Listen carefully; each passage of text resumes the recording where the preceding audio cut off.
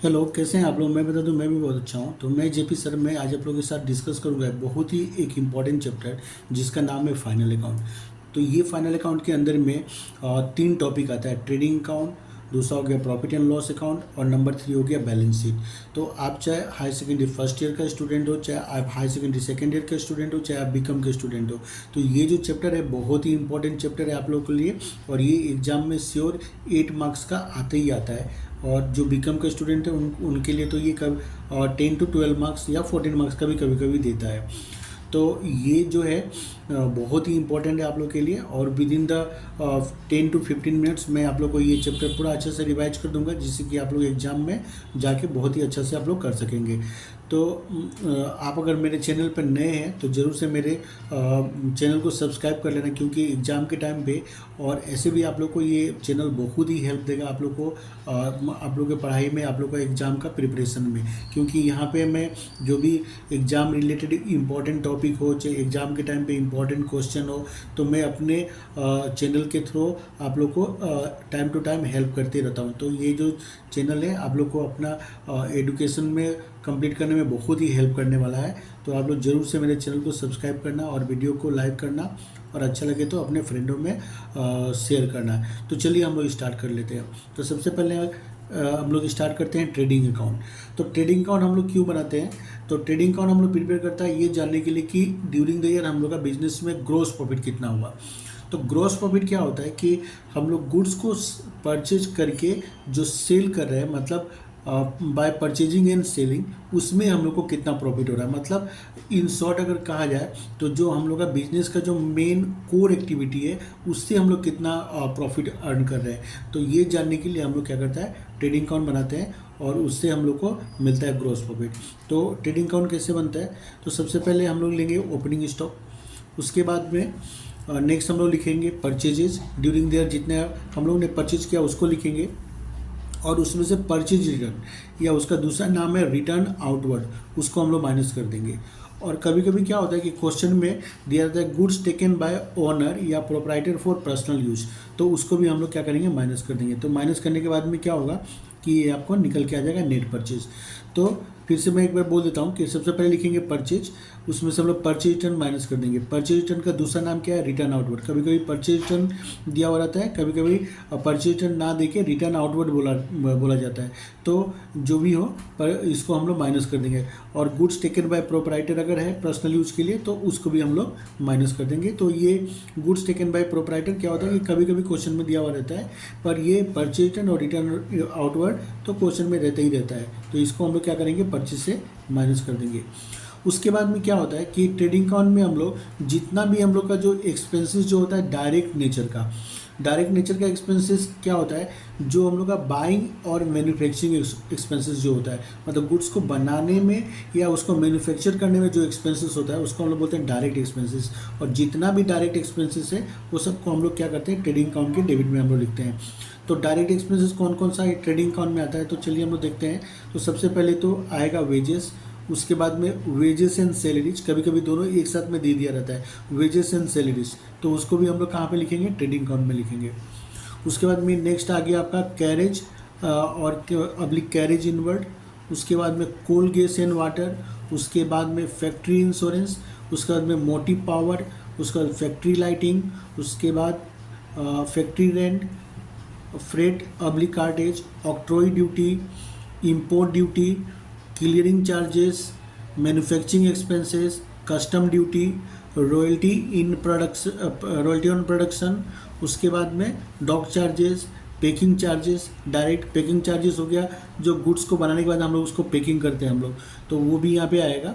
Packing charges कभी कभी indirect nature का भी होता है, जैसे हम लोग गुड्स सेल करते हैं तो उसको हम लोग कार्टून वाटून में पैक करके हम लोग बेचते हैं, तो वो यहाँ पे नहीं आएगा। गुड्स का जो प्राइमरी पैकिंग होता है तो उसको यहाँ पे लेना है। उसके बाद में क्या है, कमीशन ऑन परचेज, उसके बाद में वर्क मैनेजर सैलरी। तो ये सब क्या होगा कि ट्रेडिंग अकाउंट का हम लोग डेबिट में लिखेंगे। इसके बाद में अब क्रेडिट में क्या आता है, तो जैसे हम लोग परचेज हम लोग ने डेबिट में लिखा ना, उसी तरह से ड्यूरिंग द ईयर जितना सेल हुआ वो हम लोग को कहाँ लिखना है, क्रेडिट में। और उसमें से हम लोग सेल्स रिटर्न माइनस कर देंगे। सेल्स रिटर्न को हम लोग रिटर्न इनवर्ड भी बोलते हैं। तो ये बात ध्यान रखना है कि कभी कभी सेल्स रिटर्न नाम से दिया रहता है, कभी कभी रिटर्न इनवर्ड के नाम से दिया रहता है। तो दोनों एक ही चीज़ है। तो चाहे सेल्स रिटर्न हो या रिटर्न इनवर्ड हो, उसको हम लोग सेल से माइनस कर देंगे तो हम लोग का नेट सेल्स निकल जाएगा ड्यूरिंग द ईयर। और उसके बाद में क्लोजिंग स्टॉक, जिसे ओपनिंग स्टॉक हम लोग ने डेबिट साइड में लिखा ना, तो क्लोजिंग स्टॉक उसको हम लोग लिखेंगे क्रेडिट में। इसके बाद में हम लोग क्या करेंगे कि इसको हम लोग बैलेंसिंग कर देंगे। तो अगर क्रेडिट साइड अगर ग्रेटर है तो क्रेडिट साइड को हम लोग पहले टोटल करेंगे, टोटल करके हम लोग डेबिट साइड में जितना भी है उसको माइनस कर देंगे तो हम लोग को ग्रॉस प्रॉफिट निकल के आ जाएगा। तो मैं उम्मीद करता हूँ कि बैलेंसिंग आप लोग को करना आता होगा, ठीक है। तो डेबिट से हम लोग क्रेडिट को माइनस कर देंगे तो हम लोग को क्या होगा, ग्रॉस प्रॉफिट निकल के आ जाएगा। तो ये था ट्रेडिंग अकाउंट। अब चलिए हम लोग बात करते हैं प्रॉफिट एंड लॉस अकाउंट कैसे बनाया जाता है। तो देखिए ट्रेडिंग अकाउंट बना के हम लोग को क्या निकला, ग्रॉस प्रॉफिट, ठीक है। ये ग्रॉस प्रॉफिट CD है, इसको हम लोग क्या कर देते हैं, प्रॉफिट एंड लॉस अकाउंट में हम लोग कैरी फॉरवर्ड कर देते हैं। ये यहाँ पे आ जाएगा by trading account gross profit, ठीक है। तो ग्रॉस प्रॉफिट जो निकला था उसको हम लोग कहाँ में लिखेंगे, क्रेडिट साइड में। उसके बाद में हम लोग profit and loss account by nature क्या अकाउंट होता है, नॉमिनल अकाउंट होता है। और नॉमिनल अकाउंट का रूल आप लोग को पता ही होगा। नॉमिनल अकाउंट का रूल क्या है, debit all losses and expenses and credit all incomes and gains. तो बिजनेस का जितना भी लॉस और एक्सपेंसेस है जो इनडायरेक्ट नेचर का है, तो वो सबको हम लोग कहाँ लिखेंगे, डेबिट में, क्योंकि डायरेक्ट वाला तो ट्रेडिंग में आ चुका है। तो जितना इनडायरेक्ट एक्सपेंसेस बचा है वो सब हम लोग लिखेंगे प्रॉफिट एंड लॉस अकाउंट में। और इनकम अगर कुछ है तो वो सब हम लोग लिखेंगे क्रेडिट में। तो एक्सपेंसेस क्या क्या आ सकता है, तो एक तो हो गया सैलरी, या फिर कभी कभी ऐसे दिया रहता है सैलरी एंड वेजेस। तो सैलरी अगर पहले दिया रहेगा तो उसको हम लोग प्रॉफिट एंड लॉस अकाउंट में लिखेंगे, और वेजेस अगर पहले दिया रहेगा तो वो हम लोग ट्रेडिंग अकाउंट में लिखते हैं। तो सैलरी या सैलरी एंड वेजेस कभी कभी दिया रहता है तो वो आएगा। उसके बाद में जनरल एक्सपेंसेस, उसके बाद में इंश्योरेंस, उसके बाद में बेड डेप्ट। बेड डेप्ट के साथ में हम लोग क्या होगा, फर्दर बेड डेप्ट को ऐड कर देता है। और ड्यूरिंग द ईयर कुछ हम लोग न्यू प्रोविजन किया है तो वो भी ऐड कर देंगे हम लोग, और ओल्ड प्रोविजन को हम लोग क्या करेंगे, माइनस कर देंगे, ठीक है। इसके बाद में और क्या आएगा, stationery, depreciation on fix asset, establishment, carriage outward, taxes, telephone charges, conveyance, bank charges, miscellaneous expenses, charity, rent and taxes, publicity advertisement, freight on sales, interest, commission, discount. तो ये सब क्या होगा कि प्रॉफिट एंड लॉस अकाउंट का debit में आएगा। और भी बहुत सारे expenses profit and loss account का डेबिट में आता है।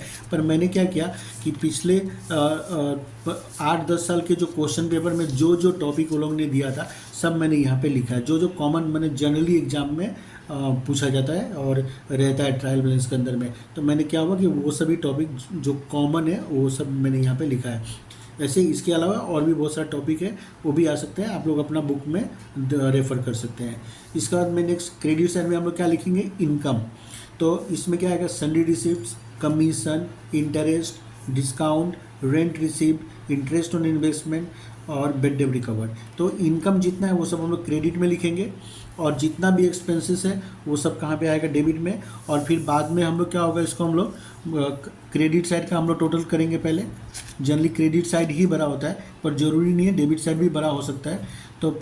तो मैं ये मान के चलता हूँ कि क्रेडिट साइड बड़ा है, तो पहले क्रेडिट साइड का टोटल करेंगे। उस टोटल को हम लोग क्या करेंगे, डेबिट साइड में लिख देंगे। और डेबिट साइड में जितना भी हम लोग का एक्सपेंसेस है सबको हम लोग माइनस कर देंगे। तो माइनस कर देने के बाद में हम लोग का क्या निकल के आ जाएगा, टू नेट प्रॉफिट। तो क्रेडिट से हम लोग डेबिट को माइनस करेंगे तो निकल के आ जाएगा नेट प्रॉफिट, ठीक है। तो ये जो नेट प्रॉफिट है इसको हम लोग क्या करते हैं, बैलेंस शीट में हम लोग ट्रांसफ़र कर देते हैं। तो उम्मीद करता हूँ आप लोग को यहाँ तक समझ में आ रहा होगा, ठीक है। तो हम लोग ने ट्रेडिंग अकाउंट के बारे में डिस्कस किया, उसके बाद में हम लोग ने प्रॉफिट एंड लॉस अकाउंट के बारे में हम लोग ने डिस्कस किया। तो ट्रेडिंग अकाउंट बना के हम लोग को ग्रॉस प्रॉफिट मिल गया, उसके बाद में हम लोग प्रॉफिट एंड लॉस अकाउंट बनाया, हम लोग को नेट प्रॉफिट निकल के आ गया। अब इसके बाद में हम लोग बनाएंगे बैलेंस शीट। तो चलिए हम लोग देखते हैं बैलेंस शीट कैसे बनाया जाता है। तो बैलेंस शीट में हम लोग सबसे पहले क्या करेंगे कि इसमें दो साइड होता है, एक लायबिलिटी साइड और दूसरा होता है एसेट साइड। तो लायबिलिटीज का मतलब पता ही है, जो हम लोग को बिजनेस का जो ऑब्लिगेशन है व्हिच वी हैव टू पे in future, that is called liabilities. तो लायबिलिटीज को हम लोग लायबिलिटी साइड में हम लोग क्या क्या लिखेंगे, तो सबसे पहले हम लोग कैपिटल लिखेंगे, उसमें इंटरेस्ट ऑन कैपिटल अगर है तो उसको प्लस कर देंगे। नेट प्रॉफिट हुआ है तो प्लस कर देंगे, पर कभी कभी बिजनेस में लॉस होता है तो लॉस होने से माइनस कर देंगे। पर मैंने यहाँ पे नेट प्रॉफिट मान के इसको प्लस कर दिया है, पर लॉस होने से आप लोग माइनस कर देना। तो ये सबको हम लोग प्लस कर देंगे। प्लस करने के बाद में ड्राइंग्स, तो ड्राइंग में भी दो टाइप का होता है, केस ड्राइंग और गुड्स ड्राइंग। तो केस ड्राइंग हो चाहे गुड्स ड्राइंग हो, जो भी हो उसको हम लोग क्या करेंगे, माइनस कर देंगे। तो ये हम लोग का आ जाएगा क्लोजिंग कैपिटल। इसके बाद में क्या आएगा, रिजर्व और जनरल रिजर्व आएगा। फिक्स लाइबिलिटीज जैसे लॉन्ग टर्म लोन हो गया वो लिखेंगे हम लोग। उसके बाद में करेंट लाइबिलिटीज के अंदर में सन्डी creditor, bills payable, bank overdraft, outstanding expenses, income received in advance. So these are the current liabilities which will come in credits, current liabilities in liability side. तो ये सबको हम लोग कहाँ पे लिखेंगे, liability side में। इसके बाद में अभी हम लोग डिस्कस करते हैं एसेट साइड। तो सबसे पहले हम लोग लिखेंगे फिक्स एसेट्स। तो क्योंकि इधर में हम लोग कैपिटल से स्टार्ट किया था ना, तो इधर में आप लोग फिक्स एसेट से स्टार्ट करना है। ऐसा नहीं कि इधर में आप लोग ने कैपिटल से स्टार्ट किया तो इधर में करेंट एसेट से स्टार्ट कर दिया, ऐसा नहीं करना, ठीक है। अगर इधर में आप लोग ने कैपिटल से स्टार्ट किया तो इधर फिक्स एसेट से स्टार्ट करना है। और अगर लाइबिलिटी साइड में अगर आप लोग ने करेंट लाइबिलिटीज से स्टार्ट किया है तो इधर में आप लोग करेंट एसेट से स्टार्ट करना, ठीक है। तो फिक्स एसेट में हम लोग क्या लिखेंगे, गुडविल, उसके बाद में land and building, plant and machinery, loose tools, furniture and fixtures, motor vehicles, patent और ट्रेडमार्क्स, कॉपीराइट, उसके बाद में लाइव स्टॉक, इन्वेस्टमेंट, ठीक है, जो लॉन्ग नेचर का होता है तो ये इन्वेस्टमेंट यहाँ पे आ जाएगा। तो ये सब हो गया फिक्स एसेट। उसके बाद में करेंट एसेट्स में क्या क्या आएगा, सन्डी debtor, bill receivable, case in hand, case at bank, accrued income, prepaid expenses और क्लोजिंग स्टॉक। तो ये सब हम लोग का आएगा एसेट साइड में। तो ये सब को हम लोग दोनों साइड को जब हम लोग टोटल करेंगे तो हम लोग का निकल के आ जाएगा क्या होता है, बैलेंस शीट का टोटल हम लोग का बोथ साइड मिलना चाहिए, इक्वल होना चाहिए। अगर बोथ साइड इक्वल आ रहा है तो इसका मतलब क्या होगा कि आपका trading profit and loss account और बैलेंस शीट करेक्ट है, अदरवाइज कहीं ना कहीं पे मिस्टेक है, ठीक है। पर ऐसा कोई ज़रूरी नहीं है, कभी कभी क्या होता है कि मिस्टेक होने के बाद भी बैलेंस शीट मिल जाता है, पर वो अलग एक्सेप्शनल केस है। पर जनरली क्या होता है कि बैलेंस शीट का अगर टोटल दोनों साइड में मिल जाए तो हम लोग ये मान के चलते हैं कि हम लोग का trading profit and loss account और बैलेंस शीट हम लोग ने करेक्ट बनाया है, ठीक है। तो ये था trading profit and loss account और बैलेंस शीट। मैंने बहुत ही क्विक टाइम में आप लोग को रिवीजन करा दिया और ये वीडियो आप लोग को एग्जाम के टाइम पे बहुत ही हेल्प होगा।